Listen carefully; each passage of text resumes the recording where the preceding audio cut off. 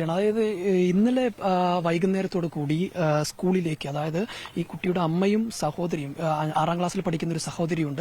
അത് ആ കുട്ടിയും ഈ സ്കൂളിലാണ് പഠിക്കുന്നത്. ഈ സ്കൂളിന് സമീപത്തെ ഒരു സ്ഥാപനത്തിലാണ് കുട്ടിയുടെ അമ്മ ജോലി ചെയ്യുന്നത്. അപ്പോൾ ഇവരെല്ലാവരും ഒരുമിച്ചാണ് സാധാരണഗതിയിൽ സ്കൂളിലേക്ക് വരാറുള്ളത്. അതുപോലെ ഇത്തവണയും ഇന്നലെയും സ്കൂളിലേക്ക് വന്നു, അമ്മയും സഹോദരിയും അടക്കം. അപ്പോൾ അമ്മ ജോലിക്ക് പോയി, സഹോദരി സ്കൂളിൽ കയറി. എന്നാൽ ഈ കുട്ടി സ്കൂളിൽ കയറിയില്ല. ഈ സമയത്ത് ഈ ആൺസുഹൃത്ത് സ്കൂൾ പരിസരത്തുണ്ടായിരുന്നു. ഈ ആൺസുഹൃത്ത് +2 വിദ്യാർത്ഥിയാണ്, ഇതേ സ്കൂളിലെ വിദ്യാർത്ഥിയാണ്. എന്നാൽ കഴിഞ്ഞ കുറച്ച് നാളുകളായി സ്കൂളിലേക്ക് വരാറില്ല. ഇന്നലെ ആണ് ദിവസങ്ങൾക്ക് ശേഷം സ്കൂളിലേക്ക് വരുന്നത്. അത് യൂണിഫോമിലായിരുന്നില്ല എന്നാണ് കണ്ടവർ പറയുന്നത്. അങ്ങനെ ഈ പെൺകുട്ടിയുമായി അവിടെ നിന്ന് നമ്മളിപ്പോൾ നിൽക്കുന്ന ഈ റെയിൽവേ ട്രാക്ക് പരിസരത്തേക്ക് വരികയാണ്. വൈകുന്നേരം വരെ ഇവിടെ ഉണ്ടായിട്ടുണ്ട് എന്നുള്ളതാണ് നമുക്ക് മനസ്സിലാക്കാം. കാരണം വൈകുന്നേരം 6:30 കൂടിയാണ് ഈ പെൺകുട്ടി അമ്മയെ വിളിക്കുന്നത്.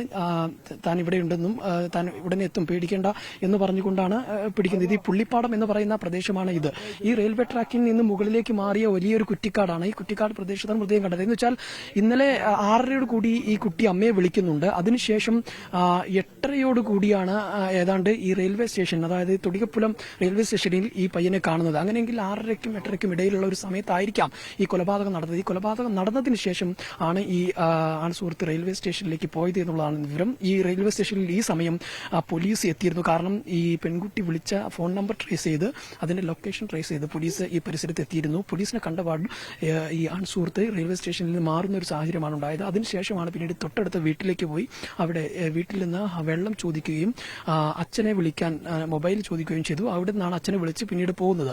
എന്നാൽ ഇന്നലെ രാത്രി 9:00 കൂടിയാണ് പിന്നീട് പോലീസ് ഈ അച്ഛനെ വിളിച്ച് ഈ ആൺസുഹൃത്തിനെ ചോദ്യം ചെയ്യുന്നത്. പക്ഷെ ആദ്യഘട്ടത്തിലൊന്നും തന്നെ കൃത്യമായ വിവരങ്ങൾ നൽകാനോ അല്ലെങ്കിൽ പരസ്പര വിരുദ്ധമായിരുന്നു ഈ ആൺസുഹൃത്ത് സംസാരിച്ചിരുന്നത്.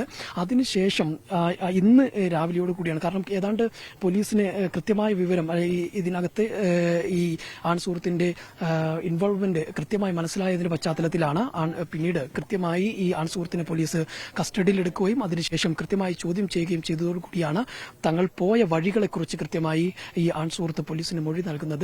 പിന്നീട് പോലീസ് കസ്റ്റഡിയിലെടുത്ത് നടത്തിയ ചോദ്യം ചെയ്യലാണ് ഇപ്പോൾ ഈ കൊലപാതകവും അതോടൊപ്പം തന്നെ ലൈംഗികാതിക്രമം നടത്തി എന്നുള്ള വിവരം അല്ലെങ്കിൽ എന്നുള്ള ഒരു മൊഴി ഇപ്പോൾ ഈ ആൺസുഹൃത്ത് പോലീസിന് നൽകിയിരിക്കുന്നത് എന്നുള്ളതാണ്. അപ്പോൾ ഇന്നലെ വൈകുന്നേരത്തോടു കൂടിയാണ് ഈ കൊലപാതകം നടന്നത് എന്നുള്ളൊരു നിഗമനത്തിലാണ് പോലീസ് ഉള്ളത്. മാത്രമല്ല ഈ മൃതദേഹത്തിന്റെ കൈകൾ വസ്ത്രം തന്നെ ഉപയോഗിച്ച് മുൻഭാഗത്തേക്കായി കെട്ടിയിട്ട നിലയിലായിരുന്നു. മാത്രമല്ല ഈ പെൺകുട്ടിയുടെ കയ്യിലുണ്ടായിരുന്ന ബാഗും ഈ മൃതദേഹത്തിന്റെ അരികിൽ നിന്നായി കണ്ടെത്തിയിട്ടുണ്ട് എന്നുള്ളതാണ്. കഴുത്ത് ഞെരിച്ച് കൊലപ്പെടുത്തി എന്നുള്ള ഒരു വിവരം അല്ലെങ്കിൽ ഒരു മൊഴിയാണ് ഇപ്പോൾ ഈ ആൺസുഹൃത്ത് പോലീസിന് നൽകിയിട്ടുള്ളത്. കൊലപാതകം നടത്തി എന്നുള്ളത് സമ്മതിച്ചു എന്നുള്ള തരത്തിലുള്ള വിവരം തന്നെയാണ് ഇപ്പോൾ പുറത്ത് വരുന്നത്. ഏതായാലും ഇൻക്വസ്റ്റ് അടക്കമുള്ള മറ്റു നടപടിക്രമങ്ങൾ അവിടെ നടന്നുകൊണ്ടിരിക്കുകയാണ്. ഇപ്പോൾ അതുമായി ബന്ധപ്പെട്ടുള്ള മറ്റു നടപടികളിലേക്ക് പോവുകയാണ് എന്നുള്ളതാണ്. ഈ രണ്ടുപേരും, അതായത് കൊല്ലപ്പെട്ട പെൺകുട്ടിയും സുഹൃത്തും ഒരേ സ്കൂളിൽ തന്നെയാണ് പഠിക്കുന്നുള്ള അധ്യാപകരൊക്കെ ഇവിടെ വന്നിട്ടുണ്ട്. എന്നാൽ കുറച്ചധികം നാളുകളായി ഈ യുവാവ് അല്ലെങ്കിൽ ഈ ആൺസുഹൃത്ത് സ്കൂളിലേക്ക് വരാറില്ലായിരുന്നു എന്നുള്ളതാണ്. എന്നാൽ ഇവർ തമ്മിൽ നേരത്തെ തന്നെ ചില അഫയേഴ്സ് ഉണ്ടായിരുന്നു. അതുമായി ബന്ധപ്പെട്ട് കുടുംബം നേരത്തെ പരാതി നൽകിയിരുന്നു. അത് പറഞ്ഞ് തീരുമാനിച്ചു ഇനി അങ്ങനെ ഉണ്ടാകരുത് എന്നൊക്കെ പറഞ്ഞ് വിട്ടതായിരുന്നു എന്നാണ് പറയുന്നത്. അതിനുശേഷമാണ് ഇപ്പോൾ ഇത്തരത്തിലുള്ള ഒരു കാര്യത്തിൽ ഇത്തരത്തിലുള്ള ഒരു സംഭവം, അതിദാരുണമായ ഒരു സംഭവം ഉണ്ടാകുന്നത്. ഏതായാലും ഇന്ന് ഇപ്പോൾ ഈ നാടാകെ ഒരു സങ്കടത്തിലായിരുന്ന ഒരു കാഴ്ചയിലേക്ക് പോകുന്നു എന്ന് പറയേണ്ടിയിരിക്കുന്നു. കാരണം 14 വയസ്സ് മാത്രം പ്രായമുള്ള ഒരു പെൺകുട്ടിയെയാണ് ഇത്തരത്തിൽ അതിക്രൂരമായി കൊല്ലപ്പെട്ട നിലയിൽ അല്ലെങ്കിൽ കൊലപ്പെടുത്തിയിരിക്കുന്നത് എന്നുള്ളതാണ്. ഏതായാലും പോലീസ് ഉദ്യോഗസ്ഥരും ഇപ്പോൾ സംഭവസ്ഥലത്ത് എത്തിയിട്ടുണ്ട്. നിലമ്പൂർ ഡിവൈഎസ്പി ഉൾപ്പെടെയുള്ളവർ സംഭവസ്ഥലത്തുണ്ട്. മറ്റു നടപടിക്രമങ്ങളൊക്കെ തന്നെ ഇവിടെ നടന്നുകൊണ്ടിരിക്കുകയാണ് എന്നുള്ളതാണ്.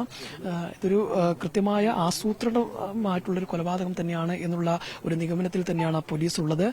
നേരത്തെ ആ വിളിച്ച ഫോൺ, അതായത് അമ്മയെ ഈ പെൺകുട്ടി വിളിച്ചെന്ന് പറയുന്ന ഈ ഫോൺ ഇപ്പോൾ സ്വിച്ച് ഓഫ് ആണ്. നേരത്തെ അത് ഓണായിരുന്നു, ഇപ്പോൾ സ്വിച്ച് ഓഫ് ആണ് എന്നുള്ള വിവരം കൂടി ലഭിക്കുന്നുണ്ട്. അത് ഈ പയ്യന്റെ ഫോൺ തന്നെയാണോ എന്നത് സംബന്ധിച്ച് ഇപ്പോൾ ഒരു വ്യക്തത വന്നിട്ടില്ല. മാത്രമല്ല നേരത്തെ ആ വീട്ടിൽ നിന്ന് വിളിച്ച ആ ഫോൺ വഴി അച്ഛനെ വിളിച്ചാണ് ഈ ആൺസുഹൃത്തിലേക്ക് പോലീസ് എത്തുന്നത്.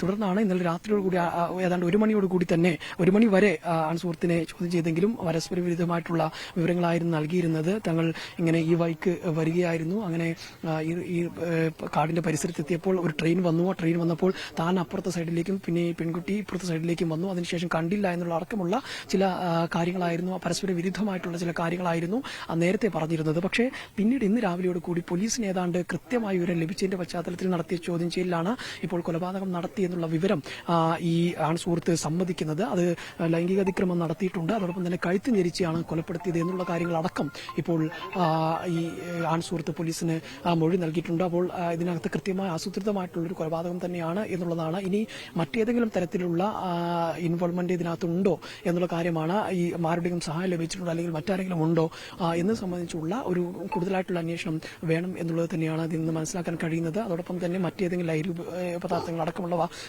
ഈ ആൺസുഹൃത്ത് ഉപയോഗിച്ചിട്ടുണ്ടോ, അങ്ങനെ അത്തരത്തിലുള്ള ഏതെങ്കിലും തരത്തിൽ എന്തിന്റെ